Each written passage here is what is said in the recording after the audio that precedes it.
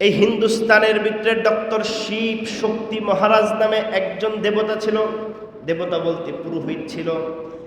7 অথবা 12টি ভাষায় তার ডক্টরেটের ডিগ্রি ছিল। ডক্টর বিজ্ঞানী ছিল 7 থেকে 12টা ভাষার উপরে, এবং বিভিন্ন বিষয় নিয়ে তার ডক্টরেট ছিল। বিভিন্ন ভাষা সে পারত। হিন্দুদের মধ্যে, ভারত উপমহাদেশের মধ্যে 70 কোটি হিন্দু তাকে পুরোহিত হিসাবে বা দেবতা হিসাবে নম করত। 70 কোটি হিন্দু। একদিন কোরআন খুলল, কোরআনের ভিতরে শুরুতেই লেখা দেখলো যালিকাল কিতাবুল লা রাইবা ফি, যালিকাল কিতাবুল লা রাইবা ফি। আরবি ভাষায় পণ্ডিত ছিল। এবার কোরআন নিয়ে গবেষণা করা শুরু করলো, আল্লাহ খোঁজা শুরু করলো, রাসূল খোঁজা শুরু করলো।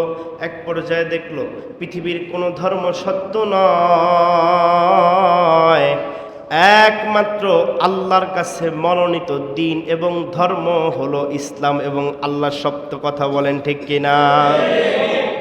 অনেক মুসলমানের ঘরের বাচ্চা আল্লাহ খুঁজা পায় না, কারণ ভিতরে অহংকারের দানা বনে। কথা বলেন ঠিক কিনা? চেয়ার পাইলে, মাইক পাইলে, সংসদ ভবনের ভিতরে চেয়ার পাইলে আল্লাহ তাআলার কোরআনকে, কিতাবে রাসূলকে, কিতাবে সুন্নাহকে, আলেম ওলামাকে কটূক্তি করতে দ্বিধা করে না। কথা বলেন ঠিক কিনা? এর মধ্যে অন্যতম ছিল বাংলাদেশের একজন গায়িকা। গায়িকা বললেও ভুল হবে, আরো কিছু নিম্ন পর্যায়ের আমি জবানে উচ্চারণ করতে চাইতেছি না। মমতাজ বেগম, কথাটা চলে আসে তাই বলে ফেলি। বলছিল সিয়াসিত্তার হাদিস আমরা পড়ি, অথচ নিজের পর্দার ঠিক নাই, গান শোনায় শোনায় হারাম বাজায়। আল্লাহ কয় বান্দা জানো আমি আল্লাহ ধরি ধরি ধরি না, একবার যারে ধরি সারি না। আমি আল্লাহ নমরুদকে ধরার মতো ধরছি, ল্যাংড়া মশা দিয়ে খতম করে দিছি। মুসা দাপট দেখাইছিল নীল নদের, আমি আল্লাহ নীল নদের চুবায় চুবায় চুবায় চুবায় মারছি। আবু জাহেল দাপট দেখাইছিল ছোট্ট 2 সন্তান মাআজার মুআজরে দিয়া কল্লাটা ফালায়া দিছি। আহারে ক্ষমতার দাপট, গরিবের রক্ত চোষা টাকা দিয়া 900 কোটি টাকা ঘরের ভিতরে পাওয়া গেছে। 1 বস্তা পরিমাণ স্বর্ণ পাওয়া গেছে। সমস্ত পত্রিকা নিউজ করছে, টিভিগুলো হেডলাইন দিছে। আহারে কত টাকা পয়সা জমাইলো, কিন্তু আদালতের চত্বরে যাওয়ার কারণে, আল্লাহ না চেনার কারণে পচা ডিম মুখের মধ্যে খায়। কথা বলেন ঠিক কিনা?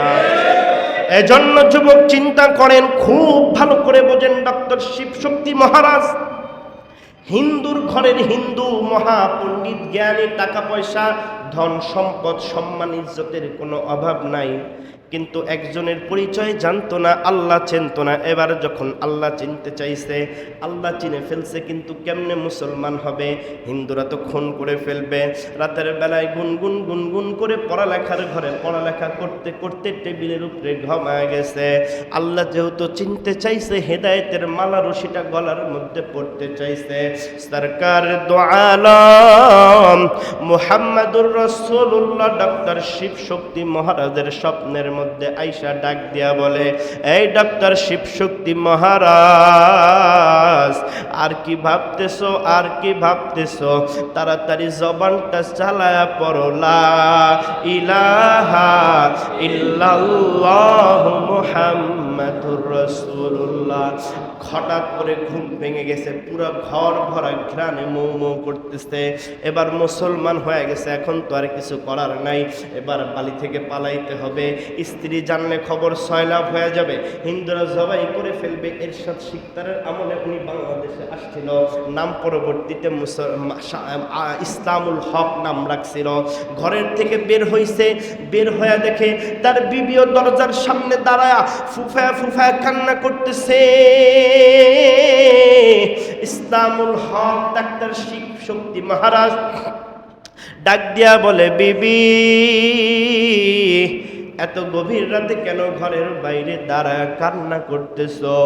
বিবি ডাক দিয়া বলে, জানো অনেক দিন ধরে কোরআন নিয়ে গবেষণা করতেছি, আজকে রাতে হঠাৎ রাসূলে পাক আমার স্বপ্নের মধ্যে আইসা আমার কালেমা পড়া মুসলমান বানায়া দিছে।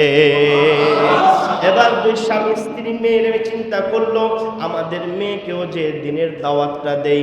পরবর্তীতে মেয়ের নাম রাখছিল ফাতেমা। বাংলাদেশে আসছিল মেয়ে ফাতেমার ঘরের সামনে যা ডাক দেয়, মেয়ে দরজা খোল। মেয়ে হাউ হাউ করে ঘরের ভিতর থেকে কান্না করে, ডাক দিয়া বলে বাবা এমন এক অপরাধ করে ফেলছি, দরজা খুলে আর তোমারে মুখ দেখাইতে পারবো না। মা বাবার জোরাজোরিতে দরজা খুলে ডাক দিয়া বলে কি অপরাধ করছো?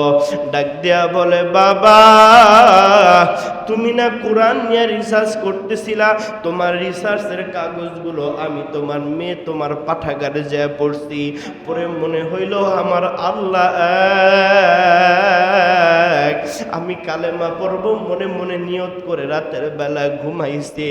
সরকারে দো আলম আমার দরজার সামনে দাঁড়ায় বলে এই মেয়ে আর কিসের চিন্তা, পড়না পড়না পড়না লা ইলাহা ইল্লাল্লাহু মুহাম্মাদুর রাসূলুল্লাহ। ওই মেয়েরে ডাক দিয়া জিগাইছিল ফাতেমা কেন তোমার নাম ফাতেমা রাখলা? মেয়ে ডাক দিয়া বলতেছে কিয়ামতের ময়দানে যদি আল্লাহর রাসূলের মেয়ে ফাতেমারে আল্লাহ ডাক দেয়, আমিও আমার আল্লাহর সামনে যা হাজির হমু। ডাক দিয়া বলুম আল্লাহ যদি নবীর মেয়ের নামের উসিলায় আমারে একটু মাফ করে দেন। আল্লাহু আকবার বলেন। এজন্য হুদাল্লিল মুত্তাকিন, আল্লাহ পথ দেখায় মুসলমান বানায়, আবার আল্লাহ গন্তব্যে পৌঁছায় দেয়। খুব ভালো করে চিন্তা করেন, এই আল্লাহরে খোঁজার জন্য কিছু জিনিস প্রয়োজন। মুত্তাকি তাকওয়া কি প্রয়োজন? এটাই আল্লাহ তাআলা বুঝাইতেছে কি প্রয়োজন। হেদায়েতের সর্বোচ্চ পর্যায়ে যাইতে কি প্রয়োজন ভাই? যখন আপনার ভিতরে তাকওয়া থাকবে, আল্লাহর ভয় থাকবে, আল্লাহর শান ও মানের ভয় থাকবে, গোপনে কোনো গুনাহ করতে যাইবেন, পৃথিবীর কেউ দেখে না, কিন্তু ওই জায়গায়ও একজন দেখে, তিনি কে? কেউ যদি আল্লাহ তালাশ করে আল্লাহ পাওয়া যায়।